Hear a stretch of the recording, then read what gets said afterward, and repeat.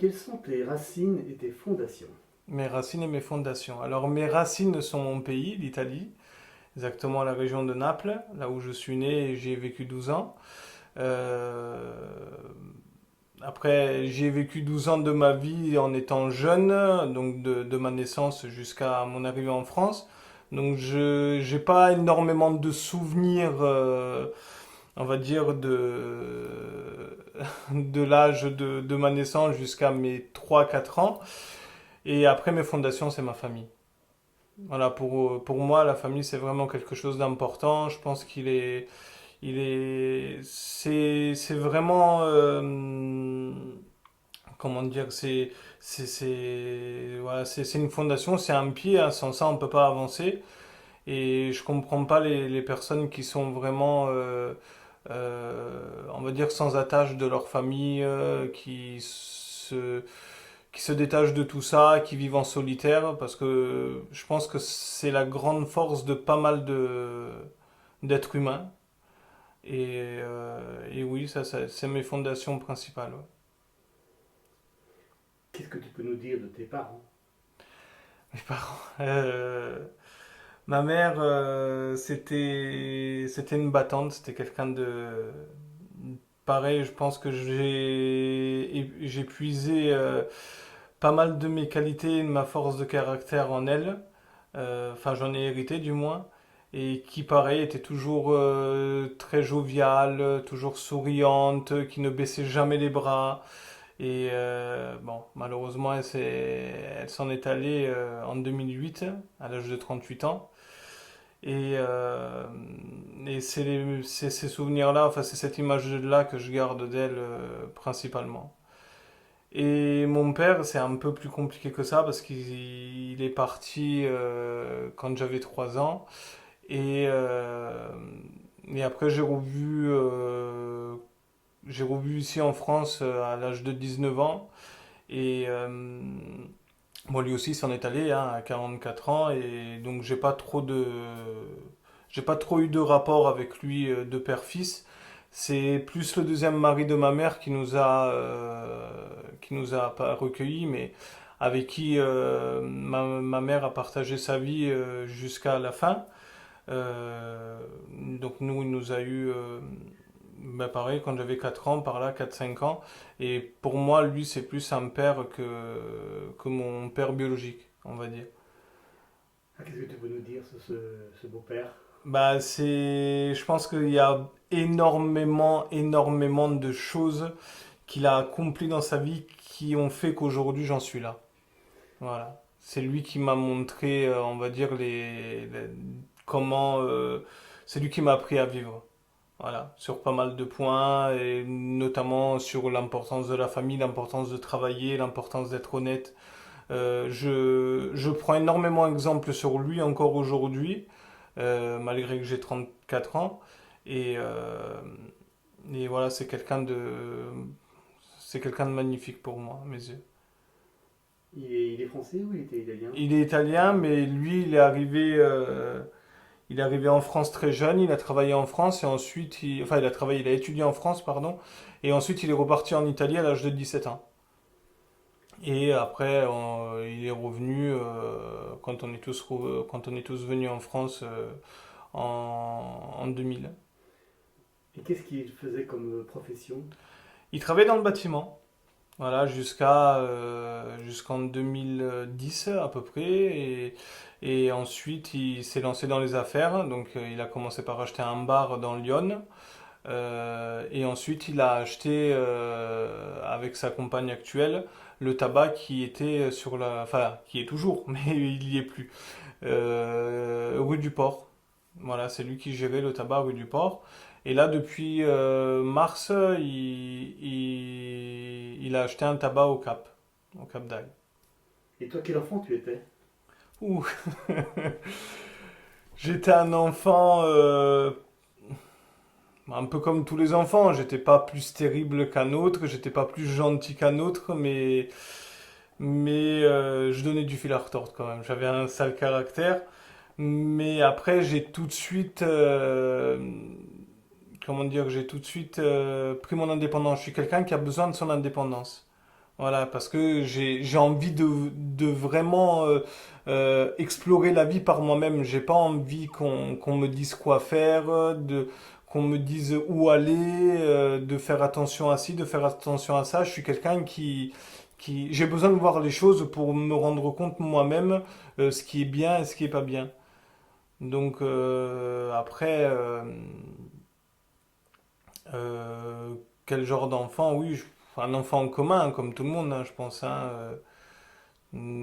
toujours avec mon caractère on va dire j'étais un petit peu plus tête de mule quand j'étais enfant, mais je pense que j'ai gardé pas mal de mes traits de caractère d'enfance, comme le fait d'être toujours gentil, heureux, jovial, souriant.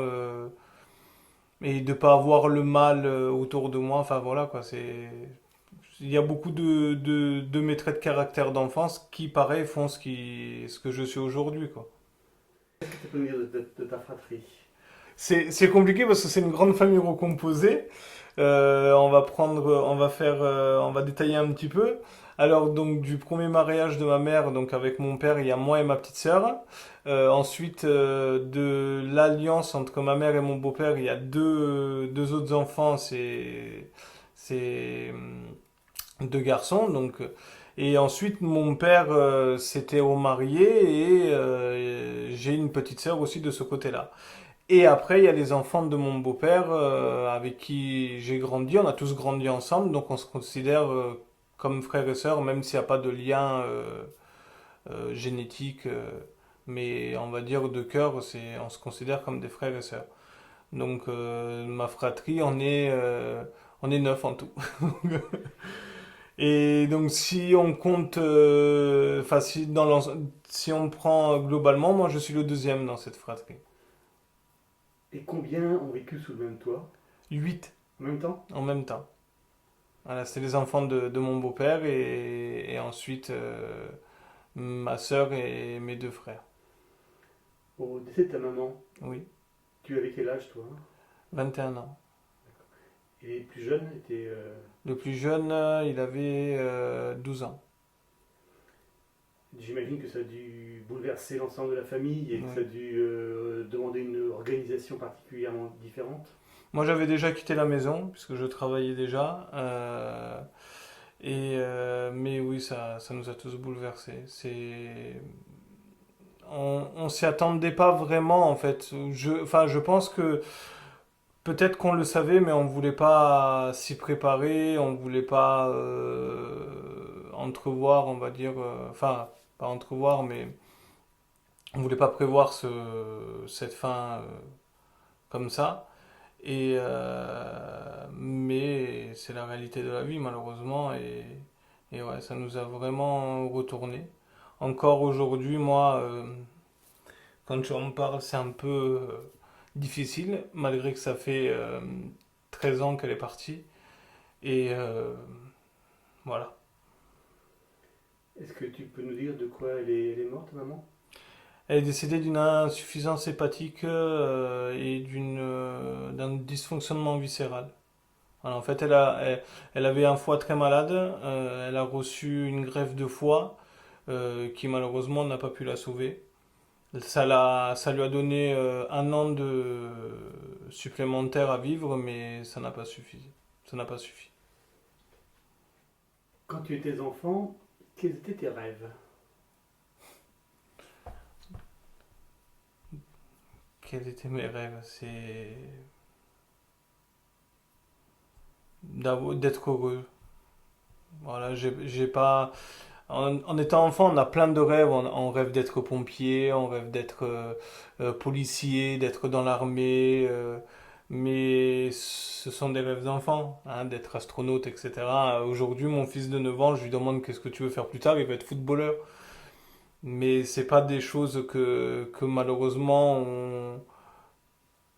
on a. Enfin, je veux dire, on n'a pas forcément les cartes en main et les capacités pour y arriver. Donc après, on revoit ses rêves à la baisse.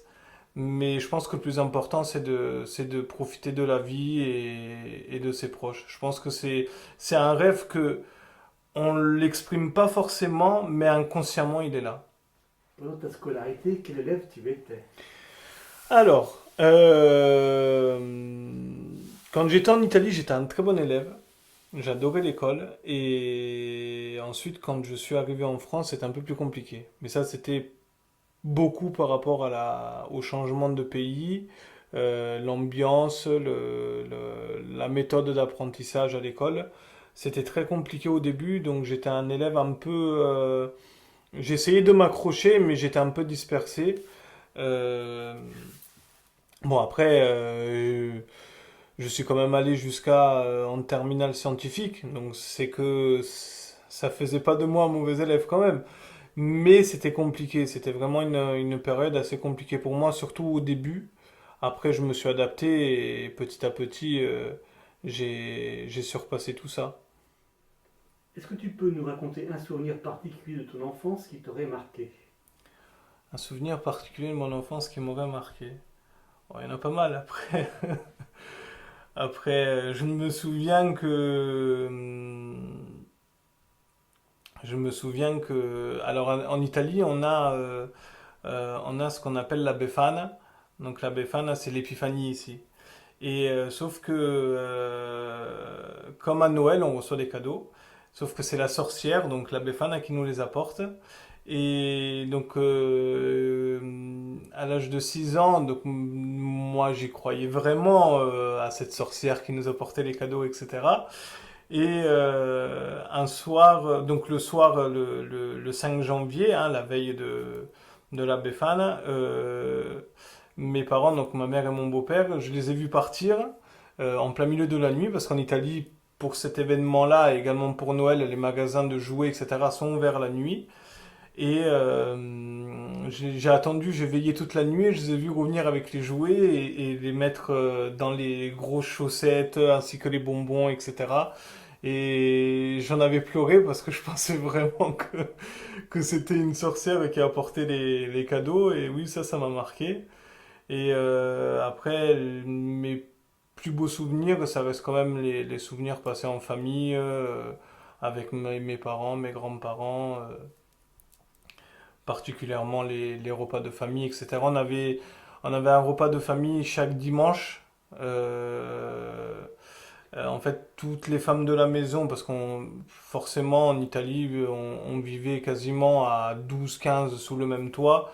Il y avait les grands-parents, les parents, les oncles, etc. Et toutes les femmes de la maison cuisinaient du dimanche matin 6 heures et on passait à table à 4 heures et en fait on faisait le repas de la journée, quoi. Et ça, oui, ça me marquait beaucoup aussi. Et ça me manque également beaucoup. Parce que dans la culture française, ces moments-là se perdent beaucoup, je trouve. Je pense que même les moments familiaux comme ça se perdent énormément.